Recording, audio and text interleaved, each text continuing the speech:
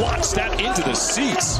He is better than advertised. The last time an American won the NBA MVP was in 2018, and it is not going to be easier anytime soon. 10 Europeans are projected to be selected in the first round of the next year's NBA draft. We already have Jokic, Giannis, Luka dominating the league. Now Wemby is looking to do the same, and draft experts predict the Europeans are going to continue flooding the NBA. Let's go over the biggest European hidden gems in the 2024 NBA draft.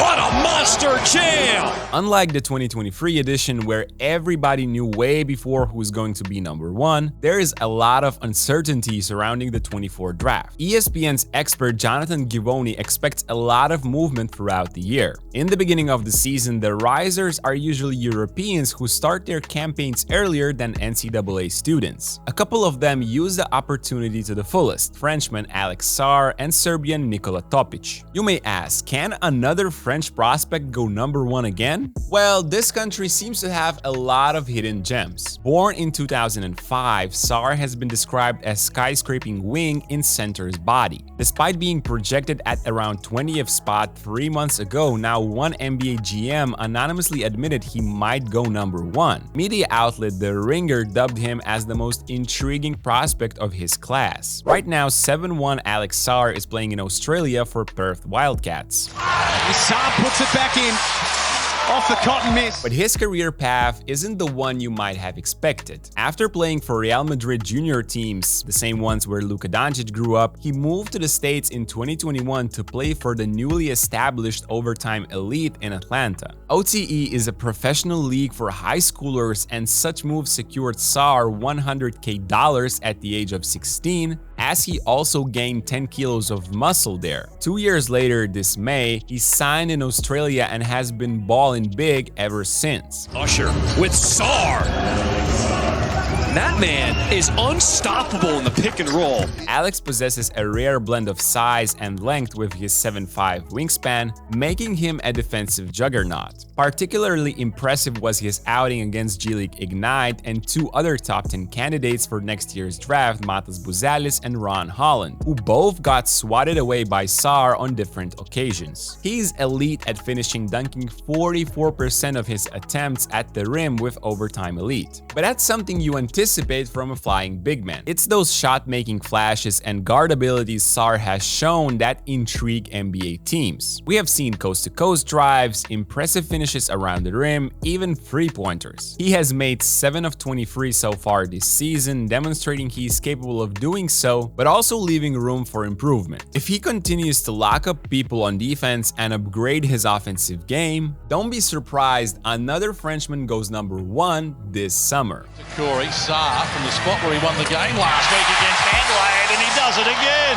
Another European on the rise early, Serbian Nikola Topic. There just has to be something about these Nicolas and 5-letter last names, right? Anyway, Topic's career has already one crazy story. He was banned from playing in the ABA League just last season because, well, he was registered to one game by his old team and a different one by his new one, all on the same evening. That led to a disqualification for the player until the end of the season, while Nicola himself didn't do anything wrong. That definitely slowed down his rise in the draft mock boards. Just like his native Jokic, he was projected to be a second-round pick. That started changing swiftly since July. First, Nicola won the FIBA Under-18 European Championship and was named MVP, and then started the ABA League season with a bang. Playing for Team Mega, a team built for producing future stars and a team where Jokic played for 3 years before the NBA, Topic is the second best scorer in the whole league, averaging almost 20 points in the first 8 games. And don't forget, these are grown men he's playing against, not other students. On top of that, he's also second in the league in assists with an astonishing 7.3 average. That's exactly why NBA scouts love the guy. He stands at an insane 6'6" for a point guard and has natural instincts for the game. He scores at will, has a fantastic finishing package under the rim, knows how to absorb the contact. What stands out is his acceleration as Nicola looks to fly through the court. He has matured early, showing advanced reads in pick-and-roll situations, and not only. Guard has demonstrated the ability to score at all three levels, but the long shot is probably the biggest question mark on this side of the court.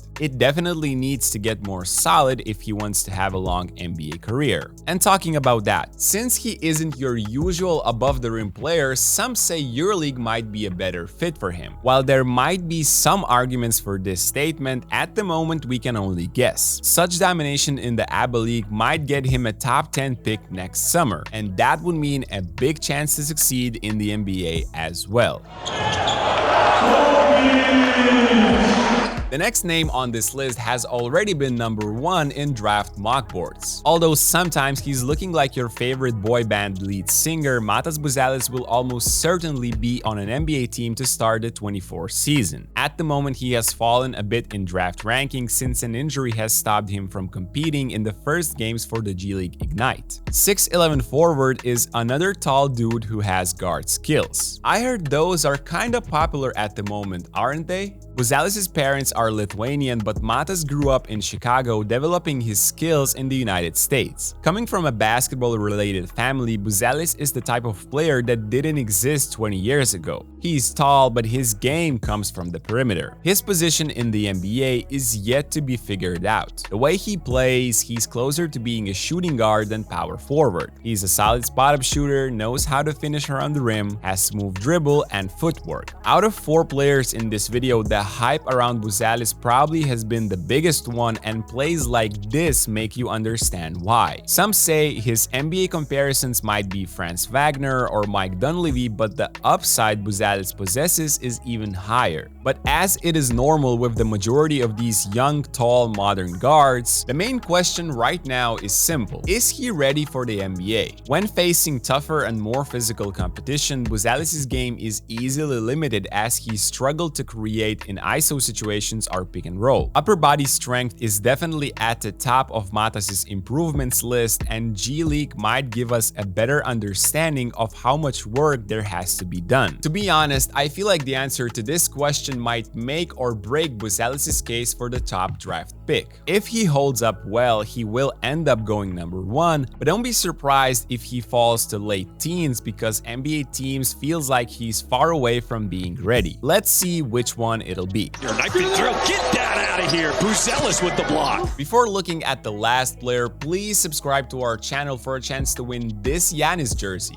We are giving it away to one lucky person once we hit 150k subs, so don't miss out. The last guy on this list is Zacharie Risacher. Yes, that's another French dude. I told you the future of French basketball is indeed bright. I had a chance to witness Risacher live in Lithuania a couple of weeks ago, and let me tell you this, the 18-year-old delivered. After the game, I was like, okay, now I get it why his draft stock is rising as fast as anyone's. Standing at 6'8" with long arms, Zacharie is viewed by NBA scouts as a potential defensive superstar. Just like Wemby made a move away from team as well to get more playing time, Risacher did the same. He transferred from the EuroLeague to a Eurocup team Bourges to get more playing time, and that's been paying off for the wingman. He's often seen defending opposing point guards as he is quick enough to stay in front most of the time and can rely on his length to make up for the lost ground in case he needs to. He's also a menace as a low man help side defender.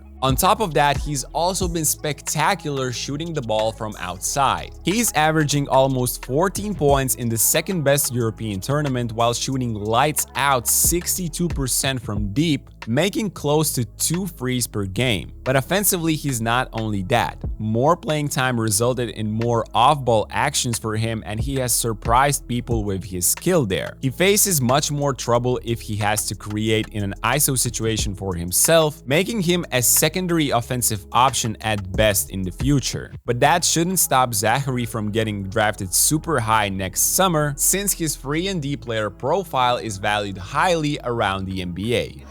Step back, three-point shot. Sweet string. So these are 4 European prospects that should be picked in the top 10 in the next year's draft. Which one do you like the most? What NBA comparisons come to your mind? Let's discuss it in the comment section down below. As always, don't forget to like and subscribe, and I'll see you in the next one.